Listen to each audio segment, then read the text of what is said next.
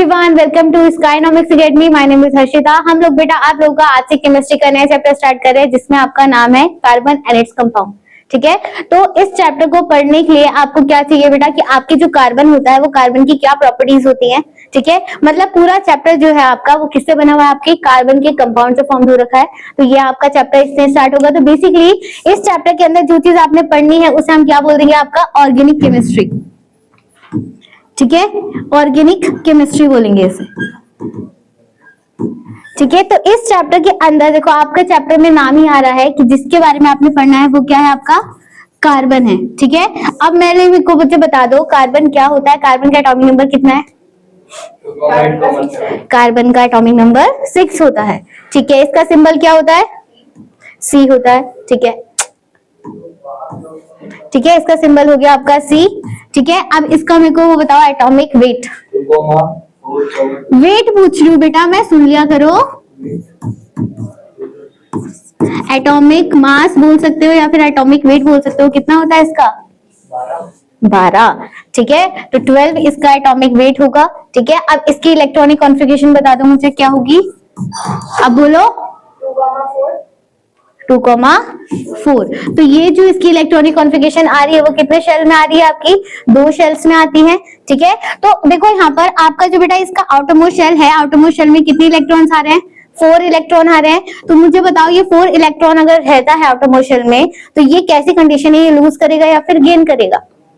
कुछ भी नहीं करेगा। ये दोनों कंडीशन कर सकता है, लूज भी कर सकता है, गेन भी कर सकता है। तो इसलिए बेटा ऑर्गेनिक केमिस्ट्री में या फिर आपका जो चैप्टर है, तो जो आपके कंपाउंड बनाते हैं हम ऑर्गेनिक केमिस्ट्री के, वो इसी वैलेंसी की वजह से बनाते हैं कि पूरे आपके एलिमेंट्स में जो कार्बन होता है, कार्बन का जो एटॉमिक नंबर है और इलेक्ट्रॉनिक कॉन्फ़िगरेशन है आउटरमोस्ट शेल में 4 आता है, इसलिए हम इसे बोलते हैं आपका टेट्रावैलेंट। ठीक है, टेट्रावर्ड का मतलब क्या होता है? 4। तो इसकी वैलेंसी को हम क्या बोलते हैं? आपका टेट्रावैलेंट इसकी वैलेंसी होती है। ना ही ये लूज भी कर सकता है और गेन भी कर सकता है, इसलिए क्या है आपका मोर स्टेबल होता है। ठीक है, मोर स्टेबल होता है। ठीक है, ये किसी भी कंपाउंड के साथ इजिली क्या हो जाता है, आपका कंपाउंड फॉर्म कर सकता है। ठीक है, क्लियर यहाँ तक? ठीक है, चलो नेक्स्ट आता है बेटा जो आपका ये पूरा स्ट्रक्चर होगा, इसका स्ट्रक्चर कैसे फॉर्म होगा, कोई बताएगा मुझे?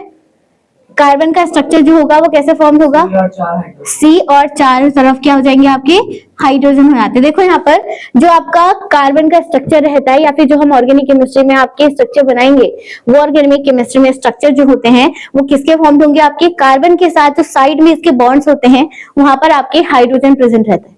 ठीक है, तो मतलब जो आपका कार्बन होता है वो किसके साथ बॉन्ड बना रहे हैं? आपका हाइड्रोजन के साथ बॉन्ड बनाते हैं। तो ऐसी कंडीशन को हम बोलते हैं हाइड्रोकार्बन। ठीक है, क्या बोलते हैं इसे? हाइड्रोकार्बन स्ट्रक्चर्स बोलते हैं। ठीक है, चलिए अब मेरे को बताओ मुझे जो आपकी ऑर्गेनिक केमिस्ट्री होती है, ऑर्गेनिक वर्ड का मतलब क्या होता है? What is the meaning of organic? बताओ ऑर्गेनिक वर्ड का मतलब क्या होता है? बेसिकली शुद्ध। कैसा शुद्ध? जोर क्या होता है बेटा ऑर्गेनिक? हट चुके हो तुम।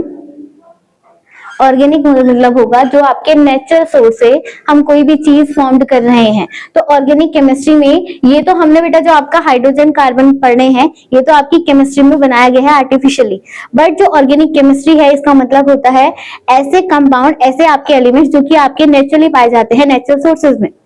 ठीक है, जैसे कि जो आपका सबसे पहला नेचुरल चीज पाई गई थी, जैसे आपके फ्रूट्स में पाए जाते हैं बहुत सारे, आपके सिट्रिक एसिड हो गए, ये सारे हो गए, क्या हो गए? आपके नेचुरल सोर्सेज हो गए। ठीक है, अब इस नेचुरल सोर्स के अंदर बेटा आपका ना, जैसे कि आपका इनऑर्गेनिक सॉल्ट्स, जो आपके इनऑर्गेनिक सॉल्ट होते हैं ना, ये आपके नेचुरली फॉर्म में पाए जाते हैं। ठीक है, अब इस नेचुरली फॉर्म में पाई जाने के बाद जो भी चीज नेचुरली पाई जाती है, अगर आप इसे हीट देते हो, ठीक है, अब आप इसे हीट दोगे मतलब आप क्या कर रहे हो? यहाँ पर हीट देने की क्या करते हैं? कौन सी रिएक्शन होती है? एंडोथर्मिक होती है। ठीक है, तो जब आप इस ऑर्गेनिक सॉल्ट को लेबोरेटरी में अगर हीट दे रहे हो तो ये आपका क्या फॉर्म कर देता है? यहाँ पर ऑर्गेनिक सॉल्ट्स को फॉर्म कर देता है। मतलब तो आप क्या कर रहे हो, यहाँ पर जो आपके ऑर्गेनिक सॉल्ट हो रहे हैं वो आप लेबोरेटरी में प्रिपेयर कर रहे हो, जो कि हम ये चैप्टर पढ़ने वाले हैं। ठीक है, तो एक तरीके से आप बोल सकते हो पहले के टाइम पे जब रिसर्च नहीं थी तो आप बोल रहे थे ऑर्गेनिक चीज आपकी ऑर्गेनिक फॉर्म में पाई जाती है, बट आपके पास आज के टाइम पे आप इनऑर्गेनिक सॉल्ट को हीट देके या फिर रिएक्शन करके लेबोरेटरी में उसका ऑर्गेनिक फॉर्म में कन्वर्ट कर सकते हो। तो जो सबसे पहला बेटा आपका ऑर्गेनिक फॉर्म बनाई गई थी ना, वो क्या है आपका यूरिया। ठीक है, यूरिया आपका सबसे पहले ऑर्गेनिक एलिमेंट या कंपाउंड आपके लेबोरेटरी में प्रिपेयर करा गया था।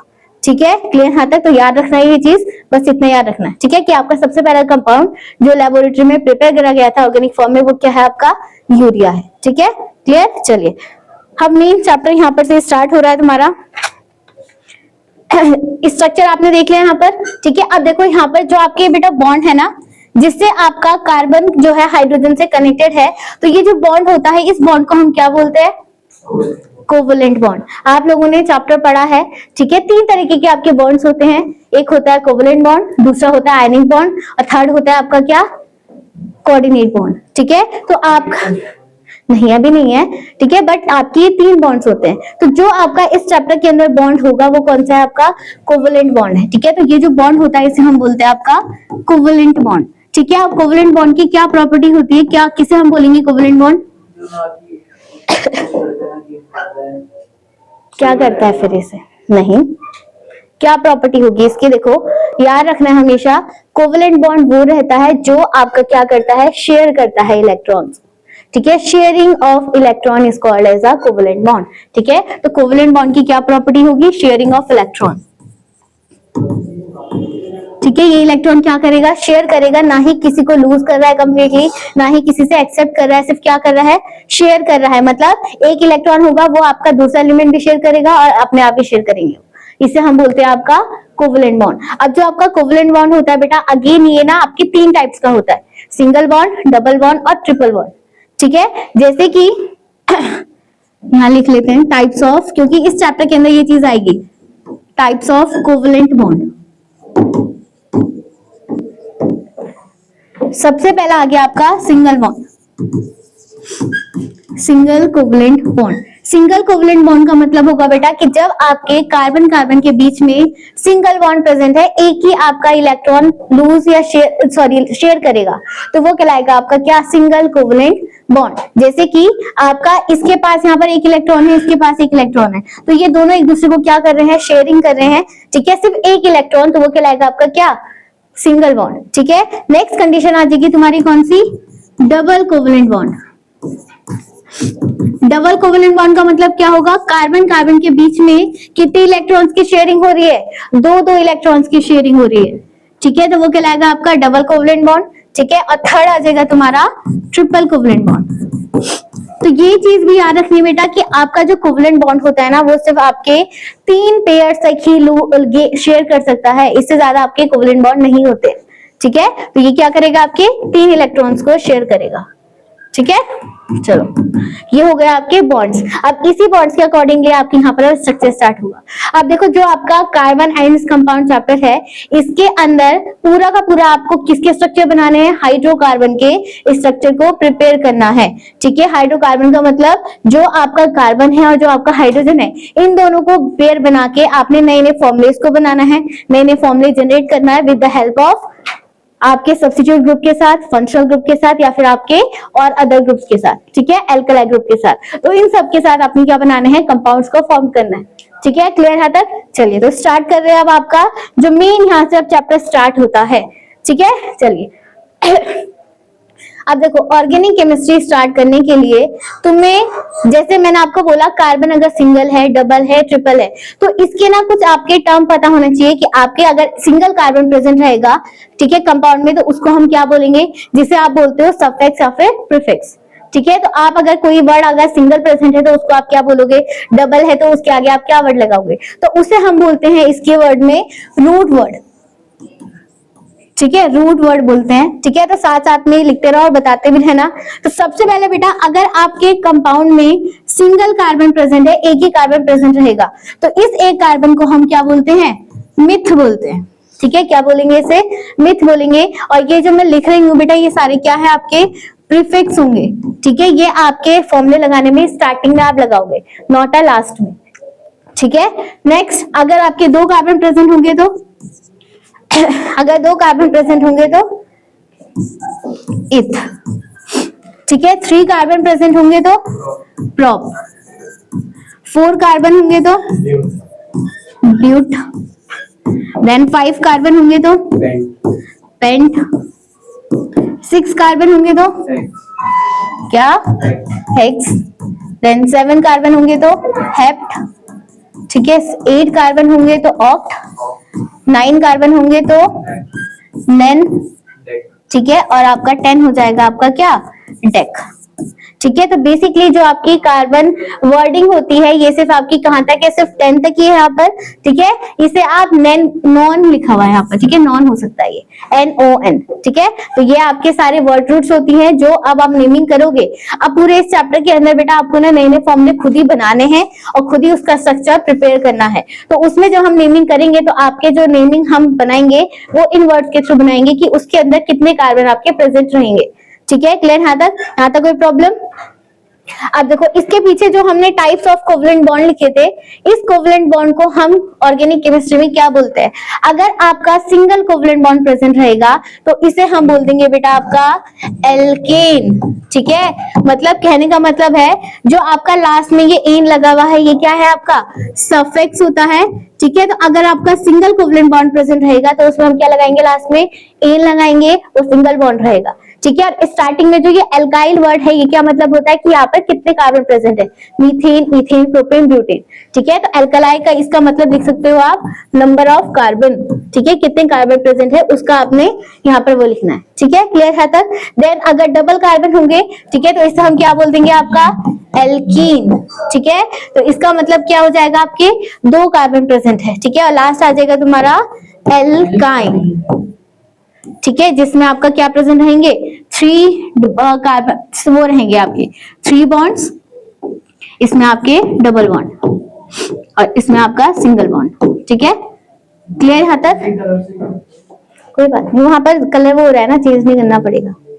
यहाँ तक कोई प्रॉब्लम समझ में आया? यहाँ पर सफिक्स क्या यूज होगा, एन, इन और आइन, लास्ट में ये यूज होता है सफिक्स, और प्रीफिक्स जो होती है वो क्या होती है आपकी रूट वर्ड्स होती है, ठीक है। क्लियर यहाँ तक? चलिए आप इसी के अकॉर्डिंगली आपके बेटा यहाँ पर क्या बनेंगे, स्ट्रक्चर प्रिपेयर करे जाएंगे। अब देखो जो आपकी ऑर्गेनिक केमिस्ट्री में स्ट्रक्चर प्रिपेयर करा जाता है कार्बन हाइड्रोजन बॉन्ड का, वो आपके यहाँ पर मल्टीपल टाइम्स के स्ट्रक्चर फॉर्म होते हैं। जैसे कि सबसे पहला स्ट्रक्चर जो प्रिपेयर करा जाता है वो होता है बेटा आपका स्ट्रेट चेन स्ट्रक्चर, ठीक है। स्ट्रेट चेन क्या, स्ट्रक्चर चेन एक तरीके से आप बोल सकते हो, ठीक है, कार्बन हाइड्रोकार्बन चेन बोल सकते हो आप। तो सबसे पहले आगे आपकी स्ट्रेट चेन, ठीक है। देन आती है बेटा आपकी कौन सी, साइक्लिक चेन, ठीक है। देन थर्ड आ जाएगी तुम्हारी अनब्रांच्ड चेन, और लास्ट आ जाएगी तुम्हारी ब्रांच्ड चेन।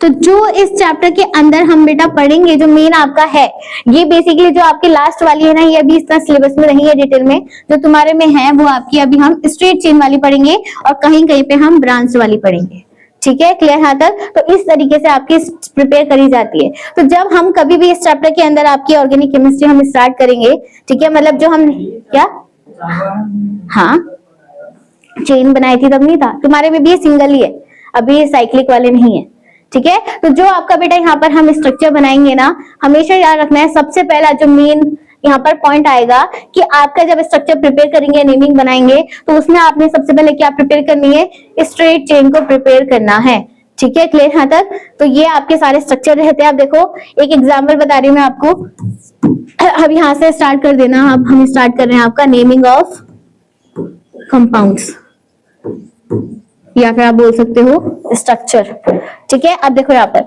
जैसे कि मैंने यहाँ पर एक स्ट्रक्चर बनाया है ये, अब देखो यहाँ पर एक चीज और, जब हम यहाँ पर मैं कार्बन लिख रही हूँ, अब तुम लोगों ने स्ट्रक्चर देखा ना, कार्बन के चारों तरफ 4 बॉन्ड्स होते हैं, तो अगर वो वेकेंट है तो इसका मतलब समझना वहां पर क्या प्रेजेंट होंगे, हाइड्रोजन प्रेजेंट रहेंगे, ठीक है। और अगर इसी के जगह पे यहाँ पर दूसरी चेन लिखी हुई है तब जाके वहां पर दूसरा कोई सब्स्टिट्यूट आएगा, ठीक है। ये नहीं है कि जहां पर आपने नहीं लिखा हुआ है वहां पर आपका हाइड्रोजन ही आप लगा रहे हो।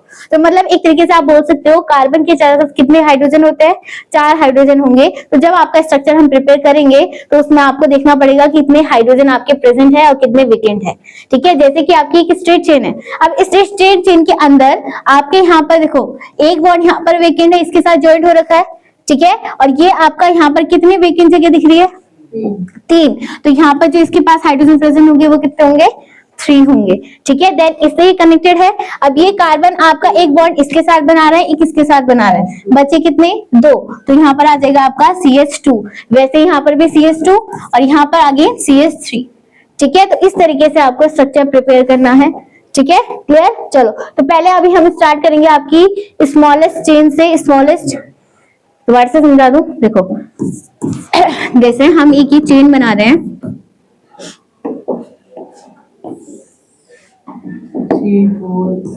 ये आपकी मैंने कार्बन कार्बन की चेन बना दी है, ठीक है। अब इस कार्बन कार्बन के देखो, जैसे अगर मैं सबसे पहला ये आपका कार्बन समझू, ये आपका एक कार्बन है बट इसके पीछे एक चेन लगी हुई है ना, वेकेंट तो है नहीं, तो इसे आपको चेन को यूज करना है। इसके आपको पता है कार्बन के चारों तरफ कितने बॉन्ड्स होते हैं, 4 बॉन्ड होते हैं। एक साइड में एक चेन लगी हुई है तो एक बॉन्ड खत्म हो चुका है, इसकी तीनों साइड वेकेंट है, तो यहाँ पर क्या आ जाएगा आपका CH3।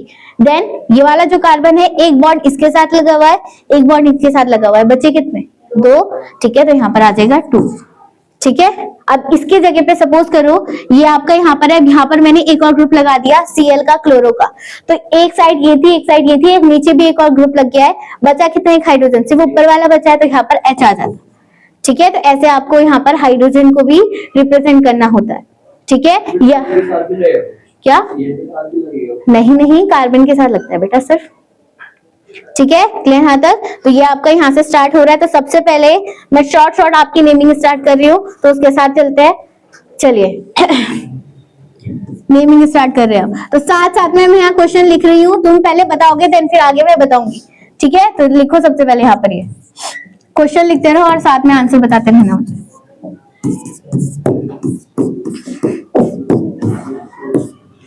चलो करो। अच्छा एक चीज और, पहले मैं तुम्हें एक चीज बताई दी, जैसे मैंने आपका बेटा ये वाला स्ट्रक्चर लिखा है, ठीक है।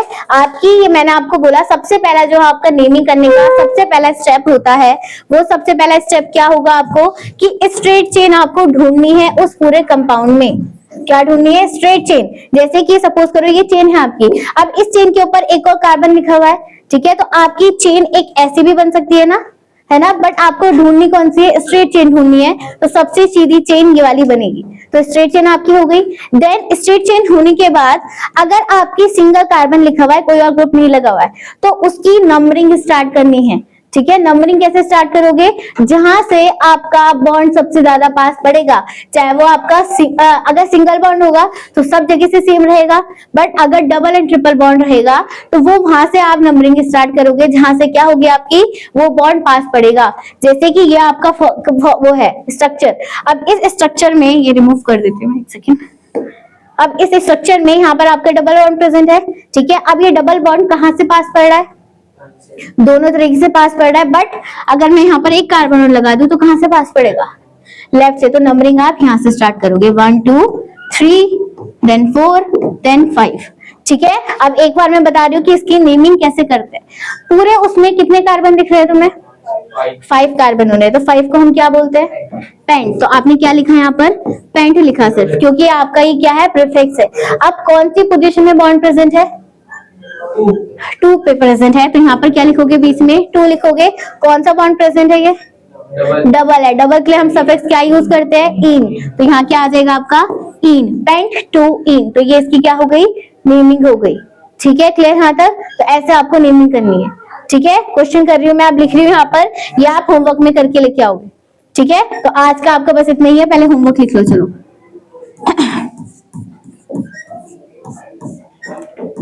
लिखो ये क्वेश्चंस।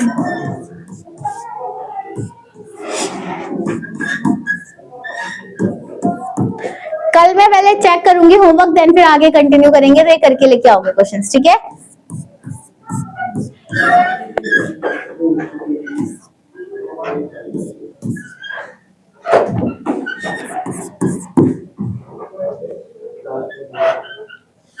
चैन नहीं है क्या तुम दोनों को?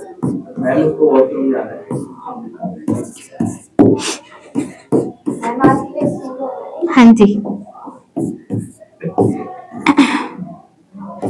चलो लिखो ये जल्दी क्वेश्चंस, देन फिर आज के लिए इतना काफी है। कल से हम स्टार्ट करेंगे आपकी क्या, कि आपका जो ये पूरा होता है इसमें एक टर्म आती है आपकी आइसोमर। क्या होता है? What is isomer? आइसोमर क्या होता है? उनका जो स्ट्रक्चर अलग होता है,